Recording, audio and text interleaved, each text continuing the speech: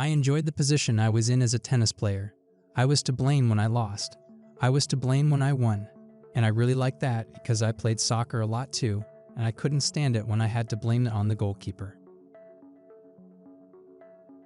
What I think I've been able to do well over the years is play with pain, play with problems, play in all sorts of conditions. My dad said if you become a tennis professional, just make sure you get into the top 100 because you have to make a little bit of money. You make a living so you can pay your coaching and, your travels. Clearly, when you win everything, it's fun. That doesn't necessarily mean you love the game more. Early in my career, I struggled with consistency, but I couldn't get more consistent than this year. I think it's very hard for coaches to work with me. They'll no doubt have a good CV afterward, but at the same time, they're under a lot of pressure.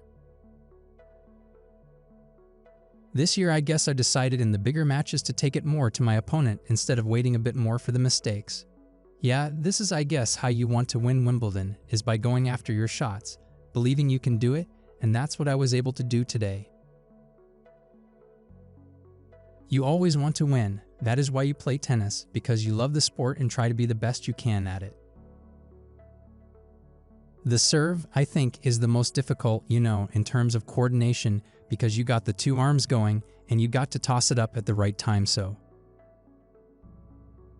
I always had the dream that, once I became known in the world, that if I had a child, I hoped I would have it early enough so the child can see me playing.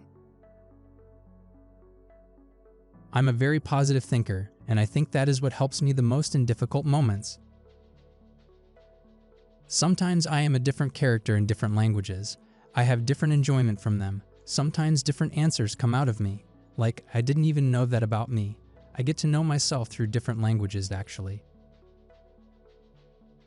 I don't mind fans coming up in a friendly, respectful way. That's all part of the fun of being a top tennis player.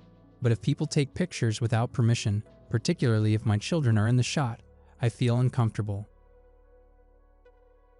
The serve, I was too young and too small and not enough powerful to have a good serve when I was young, so my forehand was always my signature shot. So I used to always run around my backhand, use my forehand as much as I could. And so that's why I think it's my strength also today, I am now the Wimbledon champion, and I think that gives me even more confidence coming to the Olympics. And maybe in some ways, it maybe takes some pressure off the Olympics, because I already did win at Wimbledon this year. I did all the right things in so many tournaments, but like I said, sometimes in sports it just goes the other way. Maybe you've already won so much that it evens it out a bit sometimes. I don't know. I used to get nervous, if my parents would come watch. And then I would get nervous if my friends came and watched. Today it's not a problem anymore actually, because now I enjoy it. I see that they, respect me immensely, and I try to put on a good show and show that I can still play very good tennis. It doesn't need to be the same every day, doesn't need to be the same shower I use, the same restaurant I go to, the same hour I go to sleep. I've always been very flexible. I don't care if I practice at 9 in the morning or 10 p.m. I had set a goal with my team to try and get back to the top of the rankings, but I never thought with the depth in the game this year that I would have been able to get it back so quickly. My favorite shot is always going to be the forehand. It used to always be my favorite shot when I was young, so it's the one I've won all the points with.